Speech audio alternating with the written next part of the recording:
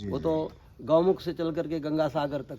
अच्छा पूरा। हाँ। जब महाराज जी की रहनी सहनी के संत हमने शास्त्रों में केवल सुने, देखे नहीं जी। ना तो ज़मीन में कुछ बिछाना, न शरीर पे कुछ ओढ़ना, चाहे कितनों बारिश होए, कितनों भयंकर सर्दी पड़े, कितनों तपती हुई लू लपट रहे, इस ऐसी रहने सहने में कहाँ संत जन रहते। अब खूब प्रसन्न रहते थे।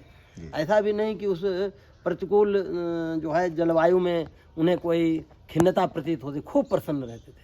ऐसा लगता था कि मतलब प्रकृति के प्रतिकूलता का, मौसम का कोई प्रतिकूल प्रभाव उनके ऊपर नहीं पड़ता था। ऐसा तपश्चर्या से पुष्ट शरीर था महाराज जी का। हाँ। और श्री दुर्वासा जी महाराज जिनका उल्लेख सतयुग त्रेता द्वापर में आया है, तो कलयुग में भी उन्हें संत समाज ने श्री दुर्वासा जी महाराज जी की जो है वो उपाधि दी थी।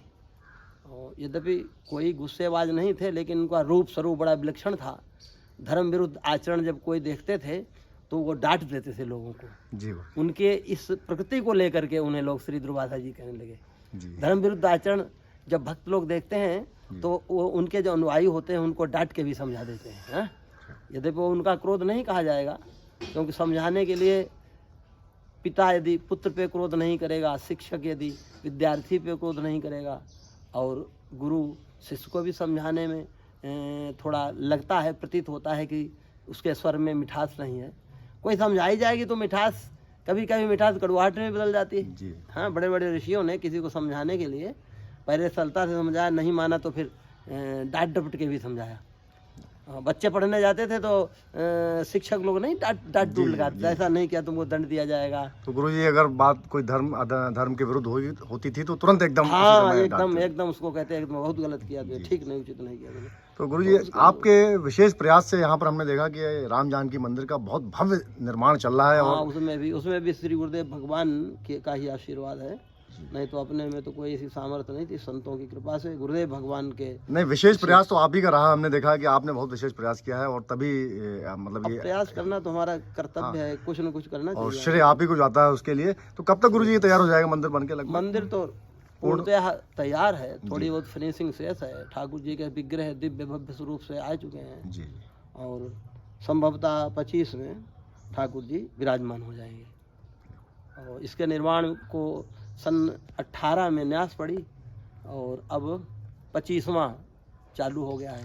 तो 25 में रामनवमी के अवसर पे उम्मीद है गुरुजी? रामनवमी के अवसर पे बल्कि जो मुहूर्त बढ़िया पड़ेगा जी, जो संत जन अच्छा मुहूर्त सुनिश्चित करेंगे, उसी में जो है प्राण प्रतिष्ठा भगवत कृपा से ठाकुर जी की संपन्न होगी। जी गुरुजी, बहुत बहुत धन्यवाद, आपका आभार। आपने इतनी महत्वपूर्ण सूचना हमको दी, और हम आपके चरणों से जुड़े हैं, तो जब भी आएंगे तो कुछ ना कुछ विशेष आपसे कृपा पाते रहेंगे, कुछ जानकारी पाते रहेंगे। अब कुंभ मेला से वापस आ जाएंगे तो फिर आप आइए। गुरुजी आज कुंभ मेला में जा रहे हैं, तो आशीर्वाद लेने के लिए हम भी आए थे गुरुजी के साथ में। आप गुरुजी के साथ में एक फोटो हमारी भी हो जाए इस तरह से। ये देखिए, प्रणाम गुरुजी। जय हो गुरुदेव भगवान की जय। गुरुजी का आशीर्वाद ले लिया है, और अब हम वापस चलेंगे। गुरुजी जा रहे हैं कुंभ स्नान के लिए, महाकुंभ जो कि 144 वर्ष बाद आया हुआ है, ये शुभ अवसर।